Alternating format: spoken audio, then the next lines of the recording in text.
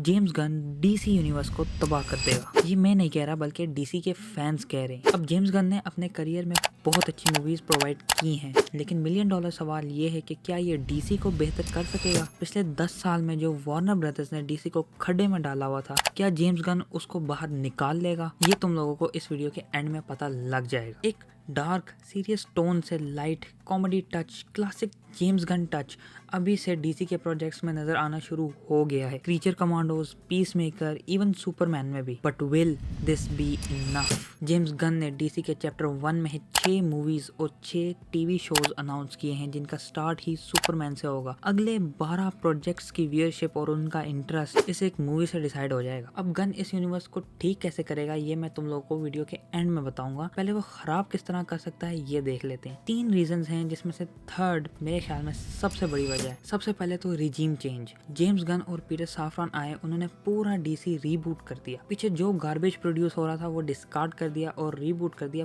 पूरा डीसी। एक fresh start जिस पर फैंस को बिल्कुल ट्रस्ट नहीं है, क्योंकि इतने डायरेक्टर्स चेंज हो चुके हैं जो हर बार एक अपना विजन लाते हैं, और जेम्स गन क्या सोच रहा है we have no idea about that. दूसरा है कास्टिंग। जैसे मैंने पहले बताया था, ट्रस्ट इश्यूज बहुत हैं। हेनरी कैविल को बोला कि भाई तू सुपरमैन है, वापस आ जा।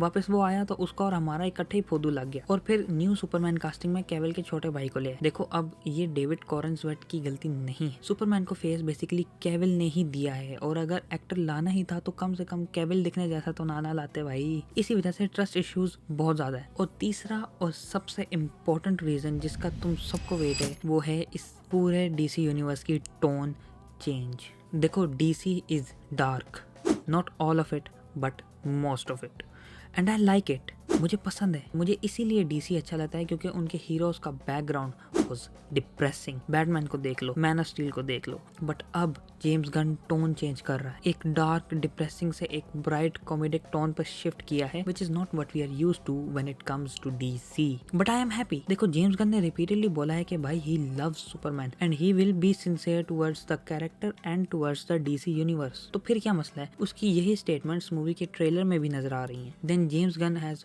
also proved himself with Guardians of Galaxy as well. उस फ्रेंचाइज से जेम्स गन ने प्रूव किया कि he can make a superhero universe and it will be funny, it will be sad, it will have actions and loads of emotions. That is why, ladies and gentlemen, DC is in safe hands. देखो भाई, I trust James Gunn with my favourite universe, और मेरी एक appeal है भाई James Gunn से कि इस बार बैटमैन को स्टैंड अलोन फिल्म दे दो भाई यूनिवर्स में। पिछले 10 साल से बेचारे को एक भी मूवी नहीं दी यूनिवर्स। तुम लोग बताओ कमेंट्स में अपने थॉट्स, क्या लगता है जेम्स गन पुल कर लेगा या नहीं। और अगर तुमने मेरी सुपरमैन फाइनल ट्रेलर का रिव्यू नहीं देखा तो वो भी चेकआउट करो। Peace out.